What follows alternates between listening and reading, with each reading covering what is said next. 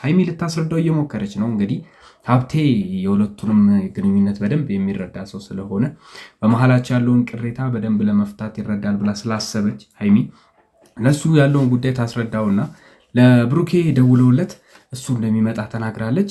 ሀብቴ ደውሎለታል። እንግዲህ ይመጣል። ብሩኬ ሲመጣ ያለውን ሁኔታ በደንብ የምናይና የምንረዳ ይኖራል። ሃይሚም ያላትን ምክንያት ትናገራለች ብለን እናስባለን። አሳማኝ ምክንያትም ይኖራታል ብለን እናስባለን። ምክንያቱም ልጁ እስከሚታመም ድረስ እንዲህ ተጎሳቅሎ እስከሚጎዳ ድረስ ራሱን እስከመሳት ድረስ ምን ያህል ቢወዳት እንደሆነ የምንረዳው ነገር ነው። ማንም ሰው የሚወደውን ሰው ድንገት ሲያጣ በጣም ችግር ነው። በጣም አስቸጋሪ ሁኔታ ውስጥ እንደሚገባ ይታወቀ ነው፣ ግልጽ ነው። ስለዚህ ብሩኬ የተጎዳበት ምክንያት ወይም እሷ ጥላ የሄደችበት ምክንያት አሳማኝ ምክንያት ይኖራታል ብለን እንጠብቃለን። ስተበሱ ካልታየሽ ሂጂ እኮ አሁን እኔ መሀል አስገብታችሁ ልትጨቃጨቁ ነው እንዴ? እኔ ለመረዳት ፈቃደኛ አይደለም። የምር አይደለም፣ መጨቃጨቅ አይደለም። የሰራችውን ስራ እንኳን ለማመን ፈቃደኛ አይደለችም። እያያት ነው። መጀመሪያ ምንም አልሰራውም ትለኛለች። ምን አሁን ሰምተኛል። ግን እኔ ድንገት ተነስቼ ራስሽን ነፃ አድርገሽ እኮ ነው ሃይሚ እያወራሻለሽ። እሺ አሁንም ቢሆን እየጮክ አታውራ። ድጋሚ ሊያምክ ይችላል። ገባህ እኮ አንቺ የምታወሪውን ነገር ወቂያ ታዲያ አውራው እኮ ልትጨቃጨቁ ነው እንዴ?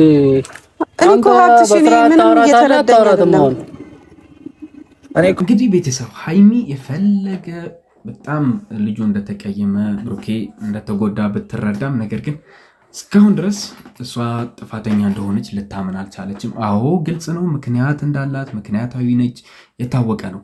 ግን የፈለገ ምክንያት ቢኖራት የሆነ ቀላል መንገድ ይኖራል። መቼም ቢሆን ምክንያት ይኖራት እንጂ ለሱ የማስረጃ መንገድ አታጣም ነበረ። ሃይሚ ግን እሷ መናገር ያልፈለጉበት ምክንያት አለ እያለች ቢሆንም ለብሩኬ ግን ይሄ ምንም ነገር የተዋጠለት አይመስለኝም።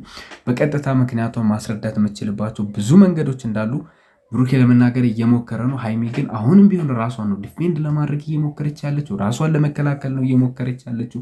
ያ ደግሞ ብሩኬን በጣም እያበሳጨውና ጭቅጭቁን የበለጠ ገላጋይ ፊት ሆነው ያላቸውን ጭቅጭቅ በጣም እያሰፋው ነው ያለው። እንግዲህ እኔ መቻል ሄደሽ ምናምን ብዙ ችግር ከተፈጠረ በኋላ እኔ መቻል ነግረህማ እኔ የሆነ ነገር ባልሆን እኮ ላትመጪ ነበር አይደል? ለምንድን ነው የማልመጣው? ላትመጪ ነበር። አንተ ትመጣ ነበር። እኔ ምንም ባልሆን ጨርሰህ አይደለ? እዚህ ያለህን ነገር ጨርሰህ ትመጣ ነበር አይደል? ሶ አንቺ ኤኒ ታይም እኔ ሳታማክሪ ምንም ትወስኛለሽ፣ እኔ አንቺ ጋር እመጣለሁ አይደል? እንዲህ የሚባል ነገር የለም። ሃይሚ ብሩኬ ለምን አትረጋጋም? መጀመሪያ ተነጋግረን ምን ነገር እንደዚህ የሚያስኮን ነገር ነበር? እንደዚህ ብዙ ርቀት የሚያስኬድ ነገር ነበር ወይስ ሁሉንም ነገር እንደዛ ማለት በቃ ብሩኬ እንደዚህ ስለገጠመኝ ልሄድ ነው? ቤተሰብ ብሩኬ በጣም መረጋጋት የቻለ አይመስለኝም። ምንም ነገር ራሱን እንትን ለማድረግ እየቻለ አይደለም። እሷም ልታረጋጋው ብትሞክርም እየሰማት አይደለም። ለማዳመጥ ፍላጎት የለውም። ምክንያቷንም ሊረዳ የሚፈልግ አይመስልም። ምክንያቱም የደረሰበት ጉዳት በጣም አስቸጋሪ ነው። በእርግጥ በዚህ መሀል ማሰብ ያለባችሁ ሰዎች ባለመነጋገራቸው ምክንያት ሊፈጠሩ የሚችሉ ክፍተቶች፣ ንፋሶች እንዴት በቀላሉ ሰዎች መሀል ገብተው ቀዳዳውን ሊያሰፉት እንደሚችሉ፣ ምንም መከራና ችግር ቢገጥማቸው መነጋገር የተሻለ መሆኑ ግልጽ ነው። ግን ቢሆንም አንዳንዴ ደግሞ ሃይሚ እንዳለችው የራሷ ምክንያት ሊኖራት ይችላል። ሁሉም ሰው የሚደብቀው የሆነ ሚስጥር ይኖረዋል፣ ለመናገር የማይፈልገው ነገር ይኖራል። እርግጥ እሷ አካሄዷ ድንገተኛ ቢሆንም የሆነ ነገር ተፈጥሯል፣ የሆነ ነገር ሆናለች ብሎ ስጋት ውስጥ እንዲወድቅ የሚያደርገው ነገር ቢሆንም ግን ቢያንስ ቴክስት ልልክለት ትችል ነበረ። ያስቆመኛል ብላ ስላሰበች ነው እያለች ነው። አሁን እሷ እንደ ምክንያት የምታነሳው ምንድነው? ብታገኘኝ ወይ ደግሞ ነግሬህ ቢሄድ እንዲሄድ አትፈቅድልኝም። ስለዚህ ቀጥታ ትመጣለህ፣ እኔ ጋር አብረኸኝ ትመጣለህ። ያ ደግሞ ያስተጓጉልብሃል ስራህም።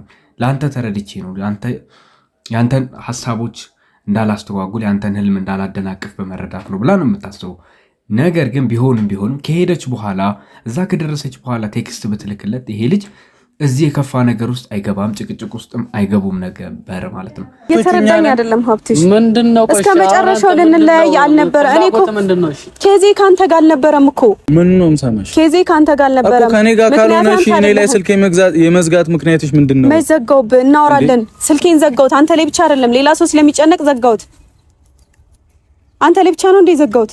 እሺው ምን ሙሉ አንዴ ስልኬን ያጠፋው በጣም እኮ የሚደብር ነገር ነው። ምንም እንደዚህ አንተ ላይ ብቻ ዘጋው። እንዴት ነው ማልናደርብኝ? ስልክሽን ዘግተሽ ጠፍተሽ እየተረዳኝ አይደለም ሀብትሽ። አሁን ስልኬን ዘጋውት። አንተ ላይ ብቻ አይደለም ሌላ ሰው ስለሚጨነቅ ዘጋውት። ቤተሰቦች እዚህ ጋር ሀይሚ እያለች ያለችው ነገር ትክክል አይደለም በጭራሽ ማለት ነው። ሊሆንም የማይችል ነገር ነው። ስልኬን የዘጋሁት አንተ ላይ ብቻ አይደለም ሌሎችም ሰዎች ላይ ዘግቻለሁ ማለት እሱና ሌሎች ሰዎችን አንድ እያደረገች ነው። እሱ እኮ ያለው ቅርበትና ከእሷ ጋር ያለው ግንኙነት እንደ ሌሎች ሰዎች አይደለም። ያ ማለት ተመሳሳይ ነገር ሊኖሩ አይችልም ማለት ነው። እሷ እንደምትለው ከሆነ እሱ ላይ ስልክ ዘግታ ሌሎቹ ላይ ስልክ ስለዘጋች እሱ የተለየ ምክንያት የላትም ማለት አያሳይም ጭራሽ። ምክንያቱም ያላቸው ግንኙነት የነበራቸው ሁኔታ ቅርበታቸው ሲታይ ከሌሎች ጓደኞቻቸውና ከሌሎች ነገሮች እንዳለ የተለየ ነው። ወጣ ያለ ግንኙነት እንዳላቸው ግልጽ ነው። ስለዚህ እሷ እንዴት አንተ ላይ ብቻ አይደለም የዘጋሁት ሌሎቹም ላይ ዘግቻለሁ ብላ ይህንን ምክንያት ማቅረብ አልነበረባት። ይሄ ጭራሽ ልጁን ሌላ ነገር ውስጥ እንዲከቶ ነው የምታደርገው።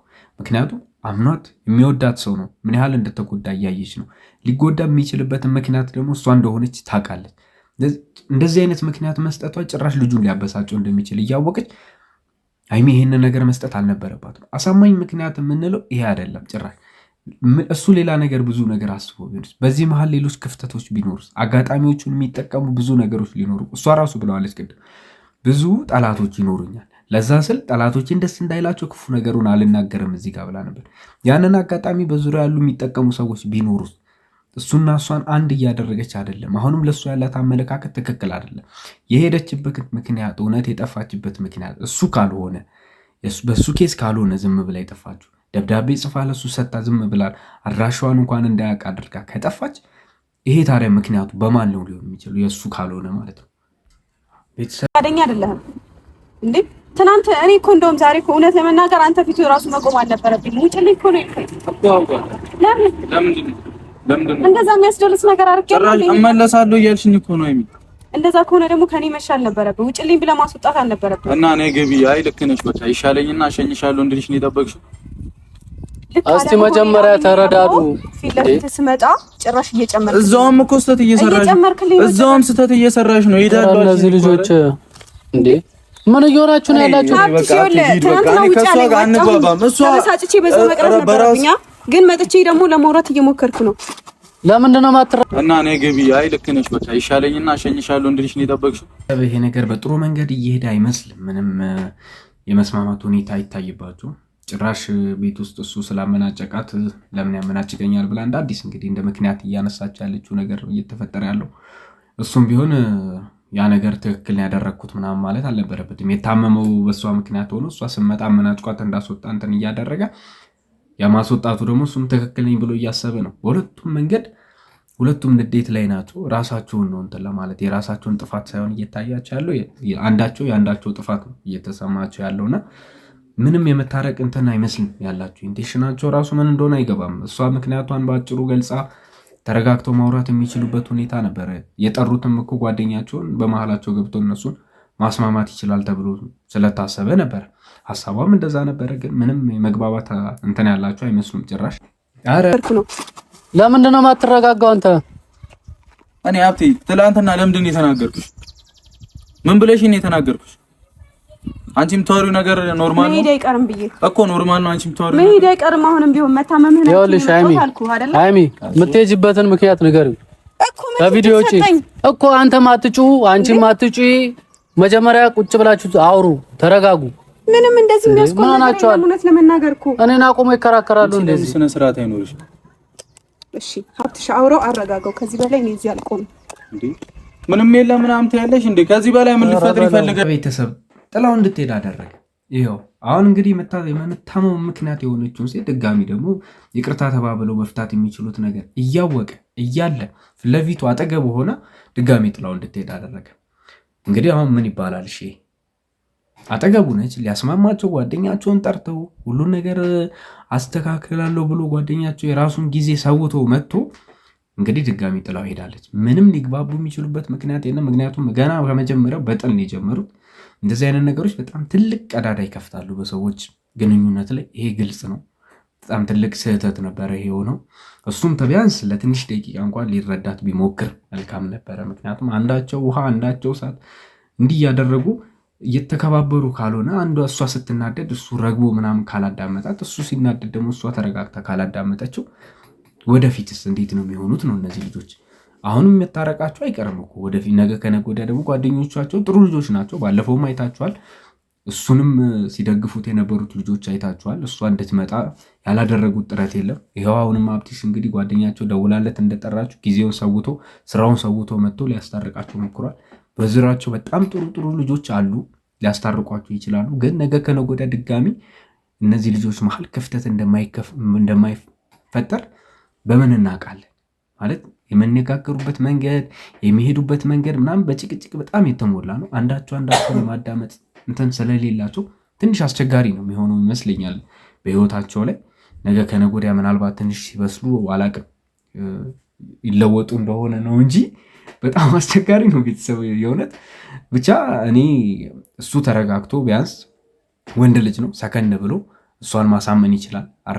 ተረጋግታ እንድታወራው ያላትን ምክንያት ምን እንደተቸገረች ጨንቋታል፣ የታወቀ ነው የነበረችበት ሁኔታዎች። እሷም እኮ ፈልጋ እንዳልሆነ ግልጽ ነው፣ የምናየው ነገር ነው።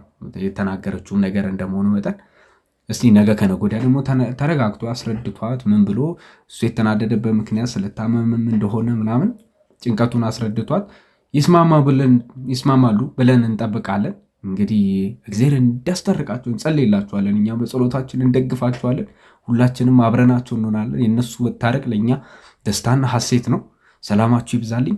መልካም ጊዜ